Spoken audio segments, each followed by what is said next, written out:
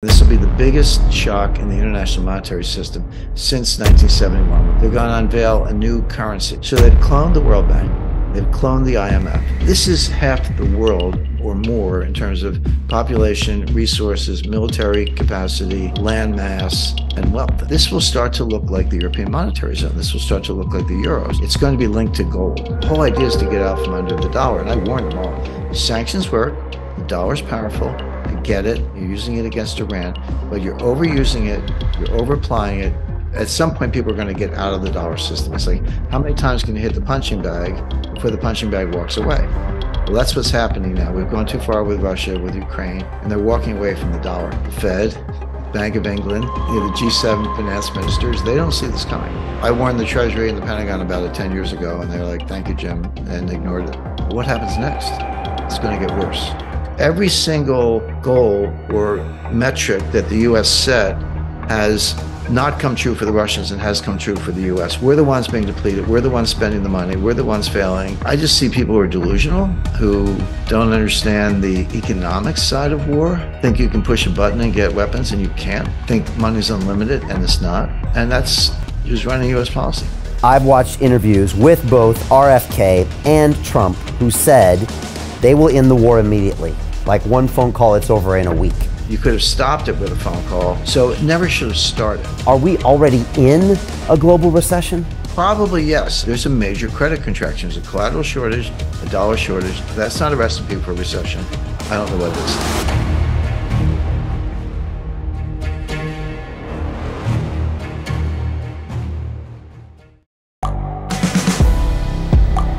The world is changing.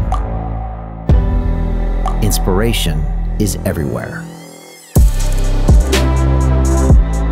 It has never been so easy to connect, share, and bring people together. We're learning from others and finding the best in ourselves. Challenging our beliefs, sharing our vulnerability, overcoming our fears, transforming ourselves so we can transform the world. How far can we go? This is London Real. I am Brian Rose. My guest today is...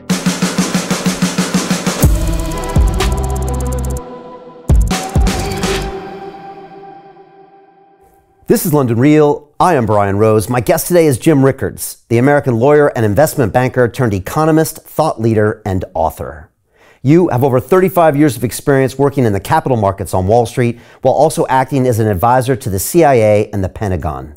You topped the New York Times bestseller list with titles including The Death of Money, Currency Wars, and your most recent book, Sold Out, which explained how the broken supply chain and surging inflation will have catastrophic consequences on the global economy. You are known as the man who predicted the biggest financial crisis in American history, and right now, you believe we are facing an economic collapse far worse than that of 2008. One that will lead to a major upheaval of the international monetary system and the dollar losing its status as the global reserve currency. Jim, welcome back to London Real. Thank you, Brian. Great to be with you. Always great to have you back. Before we get started, I just want to alert everyone to an important video that you've just recorded that will not be available to the public. Here, you discuss the upcoming geopolitical shockwave of what you call the most significant development in international finance since 1971. But then you explain how anyone can position themselves to profit from this crisis.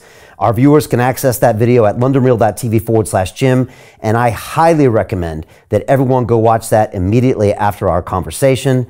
Jim, let's get into it. I'm increasingly concerned about a recession in the US and here in the UK, with our house prices falling for the first time in 11 years, and people are now predicting it to go down a shocking 10% in housing prices.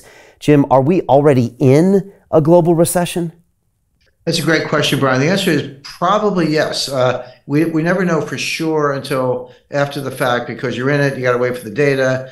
Then in the United States, I mean, they're not the global arbiter, but in the United States, we have something called the National Bureau of Economic Research. It's based in Cambridge, Massachusetts. It's not a government agency. It's a private group of like 12 prominent economists, egghead types And they're the ones who declare when the recession began and when it ended. But they're usually, it's like a year after the fact. It's like, maybe in the middle of next year, they'll say, recession started in the first quarter of 2023. Like, thank you, we knew that, but it's usually over before they declare it. So I'm not waiting for the official arbiter. I look at a lot of other indicators, and they're almost uniformly bad. And they have very good track records of getting the predictions right. Not unlike the Fed, which is always wrong, always late. So without getting too technical, the Fed's looking at unemployment. And it's based on the so-called Phillips curve. It says, unemployment's down, inflation's up. If unemployment's up, inflation's down. That's the Phillips curve. You can draw it, and the Fed's using that to guide policy. The Phillips curve is garbage, and it's not a personal insult against Professor Phillips. It's the case that there's no empirical support for it. I could give you examples going back to the 1930s of low unemployment, low inflation, which we had in the early 60s. 1930s, we had high unemployment, low inflation, even deflation. Late 1970s, what did we have? High unemployment and high inflation. That was called stagflation. So I can give you examples. If you think of it as a quad chart, unemployment, inflation, fill in the blanks. I could give you all four examples: low, low, low, high, high, low, high, high, which means there's no correlation. If you can have any one of them, there's no correlation. So the Phillips curve has no predictive value on its face because the data doesn't back it up. Last time I looked at a Phillips curve, it was a flat line. At least where I went to school, curves were not flat, but there it is. Now, it's worse than that because unemployment, even if you thought it was a good indicator of something, particularly inflation, it's a lagging indicator or a lagging indicator of recession, as the case may be. So let's say you're an employer, a business person. I mean, you're an entrepreneur. I start businesses. When you're in a tough spot, when revenues are down and things are slowing down, margins are getting compressed and all that, the last thing you want to do is fire people because it took a while to find them, hire them, train them. You don't want to let them go. You do everything else. Like you turn down the lights, you call your landlord, negotiate a cheaper rent, slow pay your creditors, drive a hard bargain on something. You do everything else to maintain your margins. And then only when all else fails do you start firing people. So first of all, it's a lagging indicator. You're already in the recession before you get around to firing people, number one. Number two, because you held on so long, you tend to do it en masse. It's not like I'm going to fire one person a month for the next year. It's like I'm going to hang on to all of them and then maybe, sadly, fire them all at once because I have no other choice. So A, it's a lagging indicator. B, it can turn on a dime from very low unemployment to very high unemployment within a matter of months. And if that's what the Fed's relying on, which they are, they say so. It's not a guess. They say that's what we're watching. Two things. Number one, you're not going to see the recession coming. It's a lagging indicator, and it can go from kind of good to bad almost overnight. So the Fed's, driving this way, looking out the back window, and they're probably going to wreck the economy. But there are a lot of other signs to say, okay, Jim, unemployment's not a good measure, and it isn't. But how do you know what are the good metrics? They tend to be a little technical. They tend to be things that very few people look at, but they're there. They're not secret. The big one, I think this gets more notice, is an inverted Treasury yield curve. Oh, well, what does that mean? So a normal yield curve, it's like the longer the maturity, the higher the rate. That's common sense. So if I'm going to lend somebody money for a month, I might charge a certain interest rate. But if I'm going to lend you money for 10 years, I want a much higher interest rate because there's a lot more risk, inflation, default, credit risk, who knows what. So a normal yield curve is upward sloping. The longer the maturity, the higher the rate. Okay, right now, yield curves are inverted, which means they're downward sloping, which means the longer the maturity, the lower the rate. Why would you take a lower rate on a 10-year Treasury note than you would on an overnight loan, that's where we are today, by the way. The overnight rate is over 5. And the 10-year rate's, 3.6, give or take. Well, why would you take a lower rate for a longer term loan? It makes no sense. Well, it makes no sense unless you think the bottom is falling out of the economy.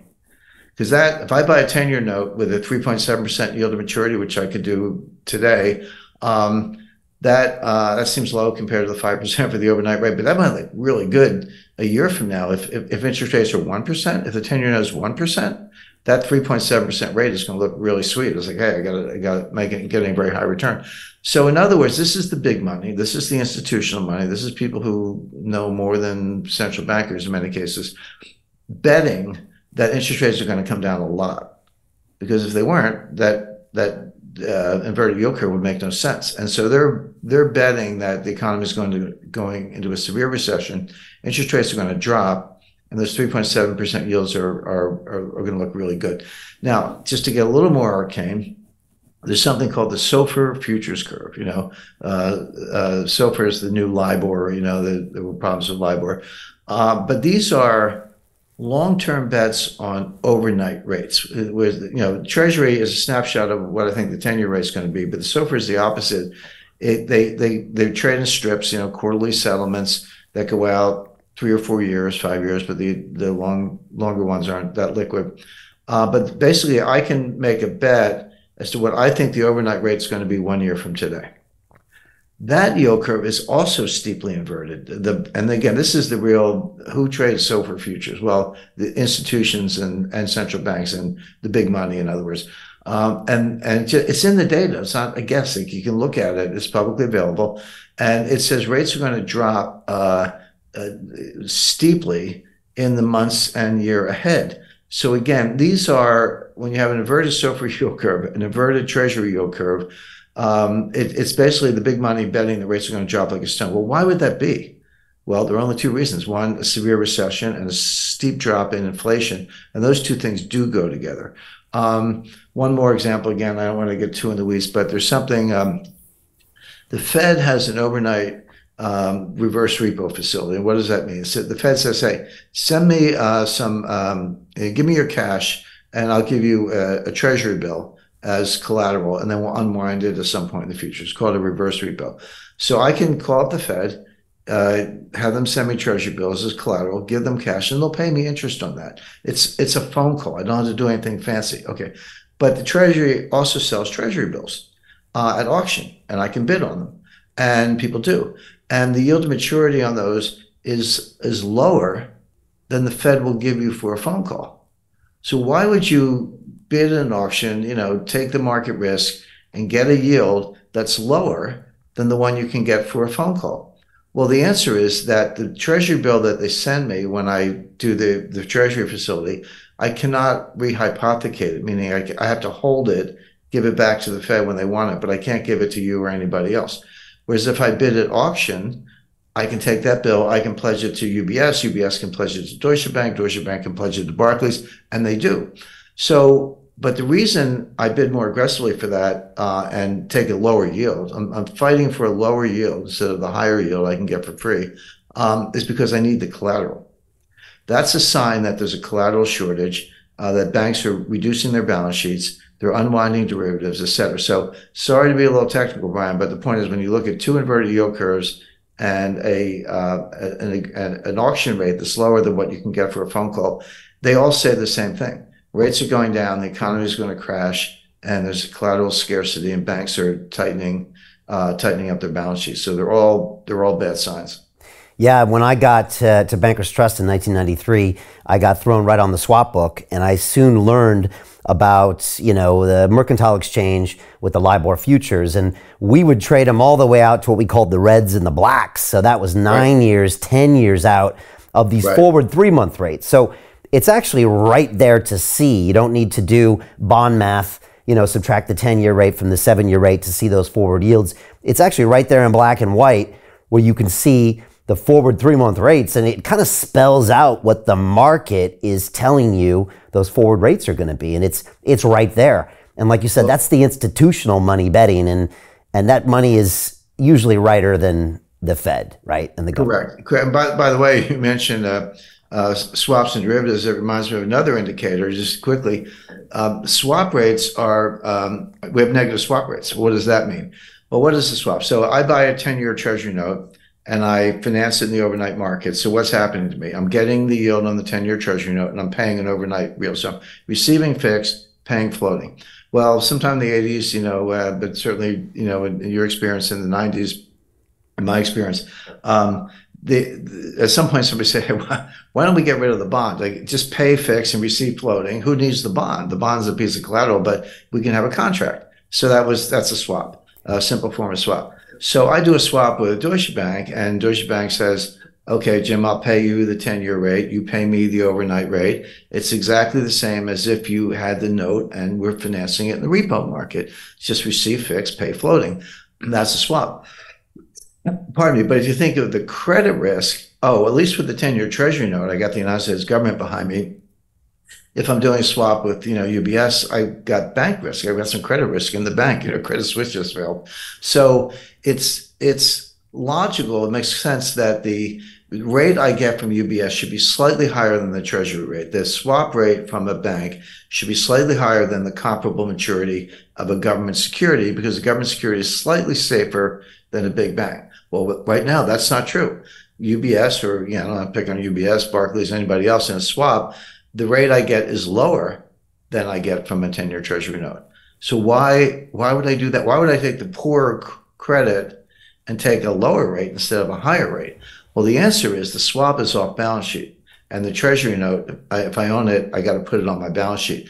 So when you see negative swap rates, meaning the riskier credit is paying you less than the government credit, what it means is that the balance sheets are constrained. I got to do the off balance sheet trade because we can't use up the balance sheets. That's consistent with what we just talked about with the inverted yield curves, which is there's a major credit contraction. There's a collateral shortage, a dollar shortage, and a credit contraction. That's not a recipe for a recession. I don't know what it is. Wow, this is powerful stuff. And what I love it, Jim, is when you and I start talking like this, a lot of the audience, they understand more than I always think they will. They kind of get it. So many people now are way up the curve on this stuff. And again, these things are right there if you know what to look for.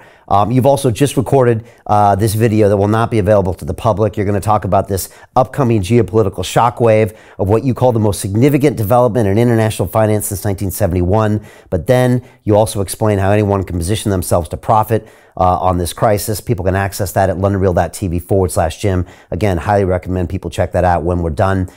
What's next, Jim? You've pointed the finger, I think, at the Biden administration for a lot of this recession. You have said that the president has dropped down drained our oil reserves more than any president in history. Obviously, this is ongoing war in Ukraine. How much of this is the president's fault? How much of it is its supply chain? And where are we currently at now? What are we, about 17 months before an election?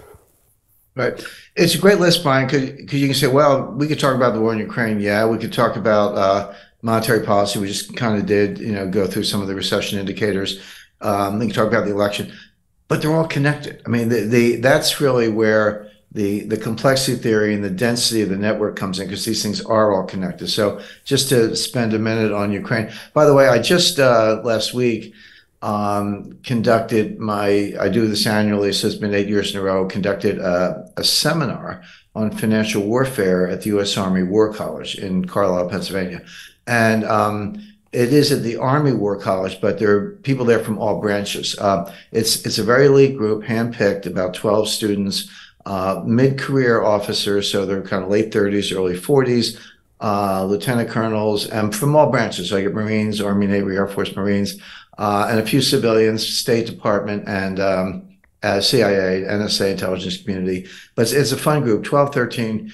I look at the resumes, amazingly accomplished. They all have multiple master's degrees, the occasional PhD, speak 4 languages, been deployed from Iraq to, Colombia or wherever.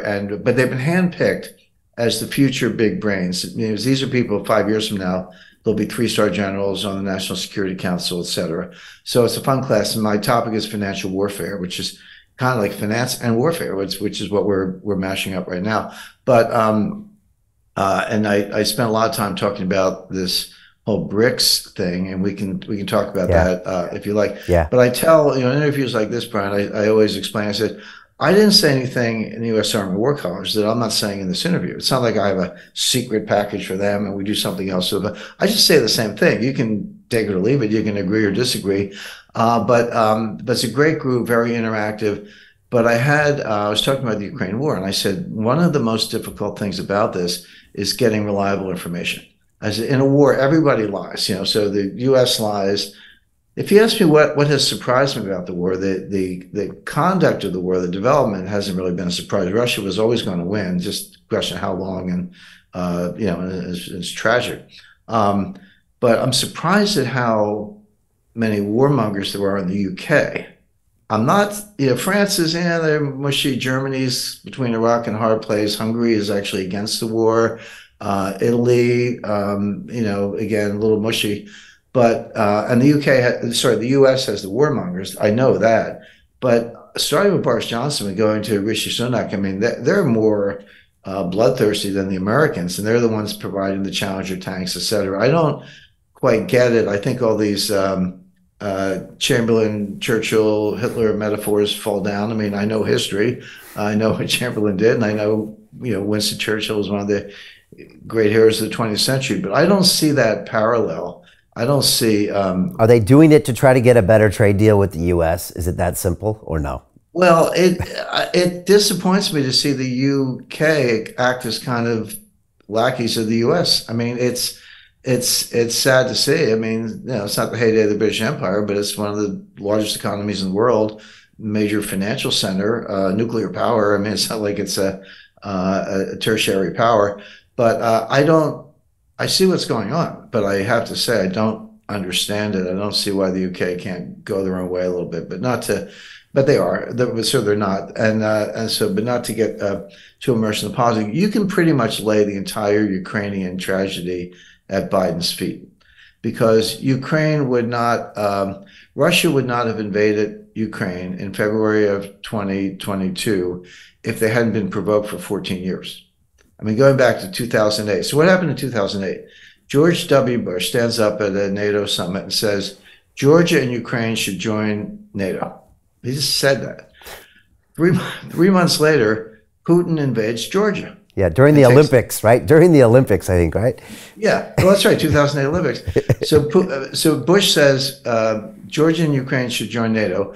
Putin almost immediately invades Georgia and takes the place over.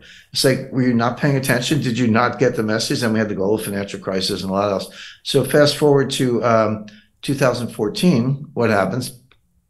They have an election in Ukraine. A pro-Russia, pro-Putin president wins. You can debate, election, how high quality was the election. You can say, I don't like the guy, but he won. There actually was an election. And within months, the MI6 and CIA, working with neo-Nazi elements in Ukraine, and they've been there since the Second World War, overthrow the guy. They basically, they had the Maidan Square color revolution, so-called, which is all orchestrated by the intelligence agencies. They got snipers, they're killing people. The Ukrainian, the anti-Russian Ukrainians were doing the killing. And then the guy flees for his life, goes to Russia, and the U.S. installs a puppet. And wasn't Soros funding Vice to go there and cover it in the central square? And correct. Yeah, and Victoria Nuland's behind the whole thing. She's like got blood, coming out of her mouth. I don't know. So Putin's like, wait a second, we had an election, the pro-Russian guy wins, and you stage a coup, de facto coup, and kick him out and put in a puppet. So what does Putin do next? He invades Crimea, or annexes Crimea, takes it over. So it's like, okay, Georgia should join NATO. He invades Georgia. Ukraine should join NATO. We just had a coup. He takes over Ukraine. Are you not paying attention? You, meaning the West, US, UK, are you not paying attention to what's going on here? And then they sponsored, anyway, without getting, they sponsored attacks on the Russian-speaking part of Ukraine, et cetera. So by 2022, Putin's at the end of his rope. Now, yes, he did invade. Of course he did, and no, there's no disputing that. But it was the Minsk Accords, which were balanced, I would say. They gave Donbass some autonomy in exchange for neutrality, and Ukraine would not join NATO, et cetera. But Angela Merkel was later quoted as saying that was always a joke. We never intended to honor them. And Putin's feeling like a sucker at this point, which he kind of was. So in other words, how many times can you poke the tiger in the eye before the tiger strikes? And that's the question. So yeah, Russia invaded, I get it, but it was 14 years of provocation. And now they're playing for keeps.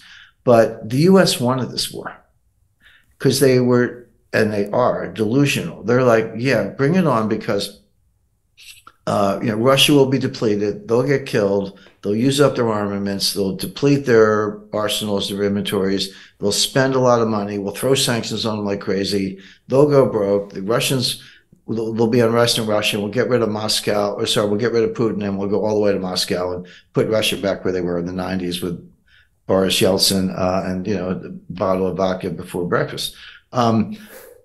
None of that has played out. Everything I just said, that was the goal. And they say so. Again, I'm not breaking into safes in Washington. They say these things. But every one of them has turned out to be the opposite. Here's what's actually happening. Number one, World Bank, not exactly a Russian puppet. They're pretty much controlled by the U.S., projects Russian growth this year at 0.7%, but it's been revised upward. Now go back to early 2022. What were they saying? Russian economy is going to collapse. It's the end of the ruble. Biden is like, we're going to bury the ruble. No, the ruble did dip from 70 to 140 for about a minute, and then it got back to 70, and then it got too strong. It was 50 to 1, whereas at the beginning of the war, it was 70 to 1. Vera Nabiullina, who's the head of the Central Bank of Russia, for my money, the only central banker who actually understands her job, actually had to cut interest rates, not raise them, but cut them, because she was worried the ruble was getting too strong. And today it's around 70, which is what it was where the war began. So the ruble is unchanged in a year and a half. So the ruble is doing fine. The Russian economy is growing. Will probably outperform the U.S. economy this year. We'll see how it plays out, but I expect a recession in the U.S., no recession in Russia. Their foreign exchange reserves are up because they're selling more oil than ever at higher prices. And inflation is totally under control. So the Russian economy is, if not thriving, it's doing pretty well, and Germany's in recession, Japan's in recession, the EU just went into a technical recession, the US is headed that way, may already be, and the Russian economy is growing without inflation. So much for burying Russia's economy. But beyond that, Putin put the whole economy on a war footing. I mean, I studied World War II. Victor Davis Hanson has a great book called The Second World Wars, plural. But he has like 2 pages on Stalingrad and a page and a half on D-Day. The whole book, because there are thousands of books written on all those subjects, his book is about industrial production behind the war effort and how Henry Ford turned assembly lines from Fords to B-29s almost overnight, and how the Wehrmacht, they were the most lethal force in World War II. They would kill 2 or 3 Russians to 1 German on the Eastern Front, except Stalin, he killed 3 million, and Stalin would send 3 million more and 5 million more. And finally, at a certain point, the German general said, wait a second, we're in over our heads here. We can't, we can keep killing them, but they keep coming. But between Lend-Lease and being on a war footing, they just outproduced Germany. 15,000 bombers a month versus 3 or 4 that Albert Speer could produce. Well, the same thing's going on today. Putin put his economy on a war footing. We did not. And so we're the ones seeing the arsenals depleted. The British are sending the Shadow, I forget the exact name, Shadow missile. The U.S. is sending Patriot missile batteries. Guess what? The Patriots don't work against the Russian Iskal hypersonic missile. They can shoot down cruise missiles. That's what they were designed for. But the Russians aren't shooting cruise missiles. They're shooting hypersonic missiles, and they're blowing up the Patriots. So the other day, Zelensky said, we need more Patriots. Yeah, it's because we sent you 3, large batteries, or $1 billion a piece, and one of them's destroyed, and the other 2 are on the way to being destroyed. I saw a burning Leopard tank the other day. This is the Leopard 2, Germany's state-of-the-art tank, the new, Panzer division, whatever. They're getting blown up by the Russians. The British missile and the U.S. drone, the HIMARS, the mobile long-range artillery. It's really more like a missile battery, but it looks like a big artillery gun. The Russians figured out how to disable the GPS. It's sort of like, I think of it as a cruise missile fired from a cannon, very potent, except if you disable the GPS, the shell doesn't know where it's going, and they're landing harmlessly. They're getting blown up. So, and the F-16 won't be any different. The war may be over before that. So the point is, so then Zelensky's begging for ammunition. The Ukrainian offensive just started about a week ago. It's failing badly. Casualties are high. This armor I talked about is being blown up. Most of the Ukrainian armor are old Russian tanks. I think the T-62. They're getting blown up. They're in open fields, and they don't have any air cover, and the Russians are destroying them. And so all these so-called miracle weapons don't work. So what is Zelensky begging for now? Ammunition. It's not even, what good is a high-tech cannon if you don't have any shells? And the U.S. has provided this. The U.S. is begging South Korea, hey, could you send them some ammo? And South Korea is like, well, we'll ship it to Poland and maybe they can do it. We want to keep our hands clean. But some of this is coming from South Korea. The Poles are out. The Brits are out. The Americans are out. Say, oh, well, wait a second. Whose economy is suffering? Whose arsenals are being depleted? Who's spending all the money? Who's bankrupting their own economy? It's the United States and our allies, not the Russians. So everyone says, well, it's called the factory and order some more ammo. No, we shut down those assembly lines a long time ago, and we're depleting our arsenals. You know how long it takes to retool a factory to start producing stuff once you've shut it down? The answer is about 2 years. So this war will be over. So sorry to be kind of go on, but the point is every single goal or metric that the U.S. set has not come true for the Russians and has come true for the U.S. We're the ones being depleted. We're the ones spending the money. We're the ones failing. The Ukrainians sadly are suffering the casualties, like over 200,000 at this point. Russia's got a secure hold on the so-called land bridge from Rostov-on-Don to Crimea. They got their eye on Odessa. They've had a year to build major fortifications. The Ukrainian advance, which they're losing, I mean, they're basically attacking and getting beaten back by the Russians. Those are the outer perimeter. That's the Russian perimeter that's relatively lightly stocked compared to the much stronger fortifications. The Ukrainians haven't even gotten through them. And this is like Pickett's charge, at Gettysburg, where Lee had a success at Chancellorsville not too many months before Gettysburg, where he just charged and he broke through the Union lines and disrupted it and won the battle, etc. And they were going to do a replay with Pickett's charge, except the Union line held, the Confederates were beaten back and they retreated. And that was the beginning of the end of the Confederate war effort. And then, the rest is history, as they say. So that's kind of what's happening to Ukraine right now. But the U.S. won't quit. And so now they want the F-16s, which won't be any different. They'll just get shot down. And so then he said, where does it end? And as you see, this guy Cimarella, Eric Cimarella, he's wrote an article. He was the rat in the Trump impeachment. Remember the phone call with Zelensky, as if, how many times, Biden's been to Kiev talking to Zelensky, but Trump makes one phone call and he gets impeached. But the guy who got the transcript of the call from Vindman and delivered it to Adam Schiff and routed out Trump and started the whole impeachment thing. It was in the National Intelligence Council. I used to work there. It's like a big brain wing of the CIA. He was the rat. Well, he just wrote an article. It's now at the Carnegie Endowment. Where else, right? And they're going to the Korean model. They're saying, okay, we're clearly losing, but let's not lose. Let's have like an armistice. By the way, the Korean War is not over. What they did in 1953, they had an armistice. They stopped shooting and had a line of control, DMZ. But there's never been a peace treaty. And technically, North and South Korea are still at war. But what they want is an armistice in Ukraine, stop the fighting, here's the line, and we'll figure it out, which would basically be an opportunity to rest and rearm Ukraine before the warmongers start the war again. Why would Russia agree to that? I mean, Russia's winning. Why would you agree to an armistice? I mean, that's how World War I ended before the Versailles Treaty. So I just see people who are delusional, who don't understand the economic side of war, which is a big deal. Think you can push a button and get weapons, and you can't. It takes years to retool those assembly lines. Think money's unlimited, and it's not.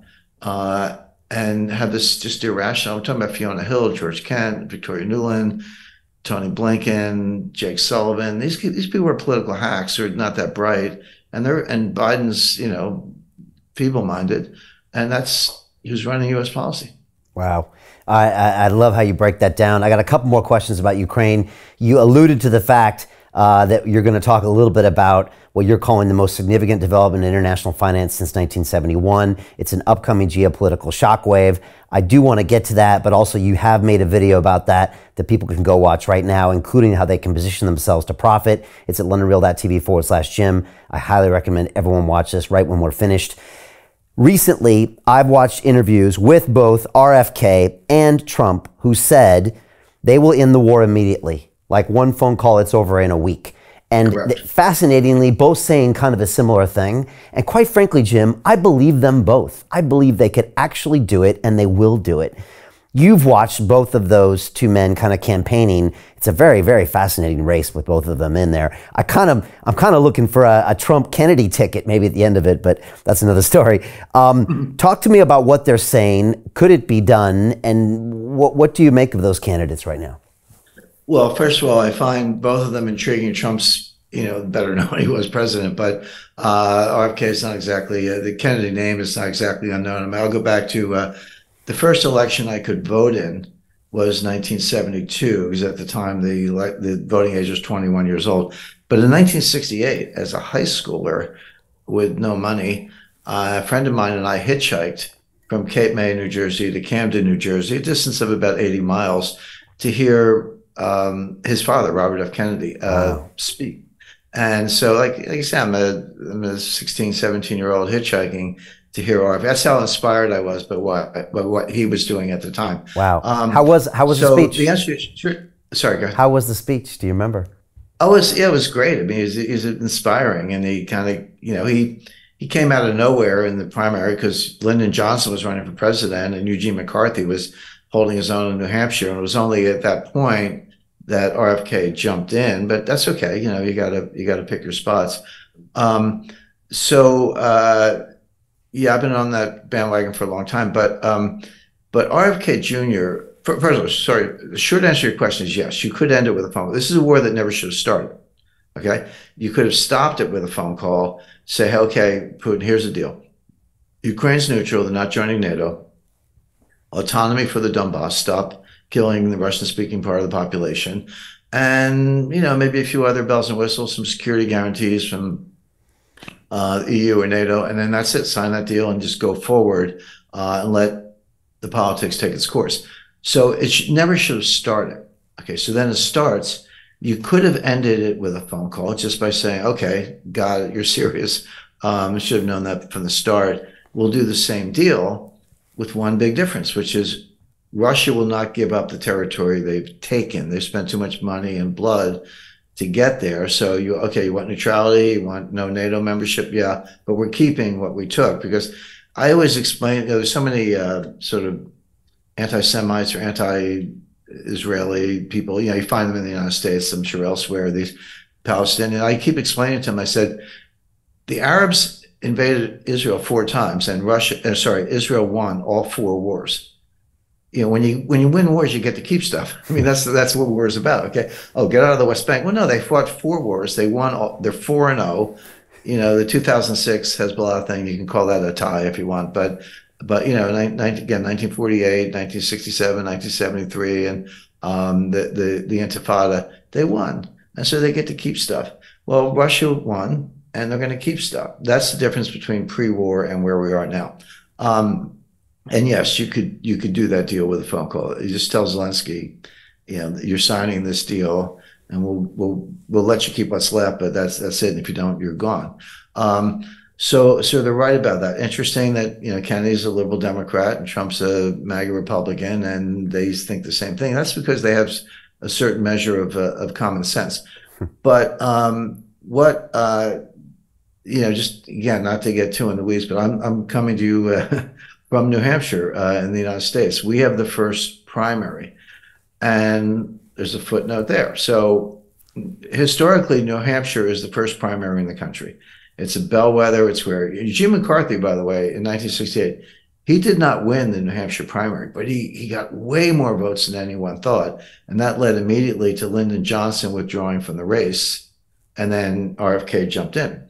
But that was the sequence. McCarthy didn't win the New Hampshire primary, but he got like 38-40% of the vote against a sitting president. That was a shock. Who running for a second term?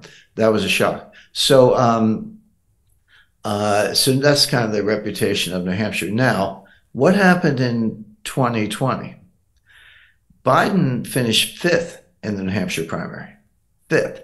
He slumped out of town. He was written off by the media. Okay, he's done. Let's look at Elizabeth Warren, Bernie Sanders, Amy Klobuchar. They were the people who finished ahead of Biden in the New Hampshire primary. What happened next? Well, the next primary is South Carolina, which is about 50-50 Republican-Democrat. But if you take the 50% Democrat, that's about 80% African-American. And their boss, their leader, is James Clyburn, who was the number 3 ranking Democrat in the House in the Nancy Pelosi days. And he was going to steer that whole state to Biden because the Democrats were scared to death that Bernie Sanders was going to be the nominee, and he was ahead at that point. So we got to flip this to Biden. We don't want Elizabeth Warren; she's nuts. So, but they had to get everyone else out of the way. So the phone calls were made. What happened the day or two before the South Carolina primary? Amy Klobuchar dropped out. Pete Buttigieg dropped out. I think Elizabeth Warren hung on for a few more days, but then she dropped out. Clyburn delivers the South Carolina Democrats to Biden. Biden wins the South Carolina primary after finishing 5th in New Hampshire. And the rest is history. He goes, and Sanders dropped out a few weeks later, and Biden becomes the nominee. So about 6 or 7 months ago, the Democratic National Committee says, well, we're going to change the primary calendar. We're going to say South Carolina goes first. Oh, no kidding. So that's a slam dunk for Biden. They don't want Biden to run in New Hampshire because he's like a sitting president running for re-election, and he might not win, or at least he might be Lyndon Johnson win, but not by enough votes. What they didn't seem to understand is that New Hampshire's status as the first primary state is a state statute. It has nothing to do with the Democratic National Committee or anything else. And again, here in New Hampshire, we have a Republican governor, and both houses of the state legislature are Republican controlled. So they're kind of looking at the DNC. We don't care what you say. We're going to have our primary when we have it. Now, if your guy doesn't want to run, that's up to him. But RFK Jr. says, I'm getting to the point here. RFK Jr. has said, I'm definitely running in the New Hampshire primary. My path to the nomination starts in New Hampshire. So now you've got this awful conundrum for the Biden people. It's like, oh, do we blow off New Hampshire? Well, how does that play out in the general election? You know, it comes down to a couple of votes. New Hampshire's got 3 electoral votes. It's not a lot, but if we're the difference, you know, you've alienated everyone in New Hampshire. How does that look? If you're running for president, you won't run in a primary. To continue watching the rest of the episode for free, visit our website, londonreal.tv, or click the link in the description below.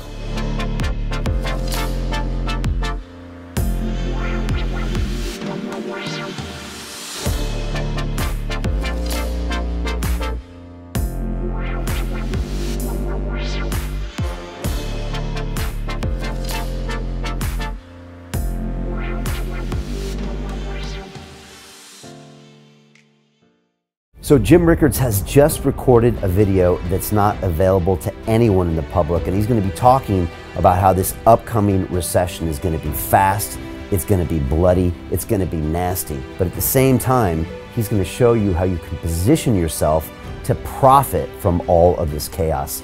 Now, we've made this video only available to our viewers. Go to londonreal.tv/Jim. Watch that immediately. I can't say enough good things about Jim Rickards. He understands the global economic system better than any guest I've ever had on London Real. His predictions are almost uncannily true, and you can learn how to profit from his vision, from his expertise, and his understanding of economics. So go to londonreal.tv/Jim or click the link below. It's an excellent, excellent look on what's going to happen in the future and how you can position yourself to profit from that. Jim is one of the best in the business, one of my favorite guests on London Real, and he's very, very good at predicting the future and showing us all to profit from it. So click the link, and I hope you enjoy.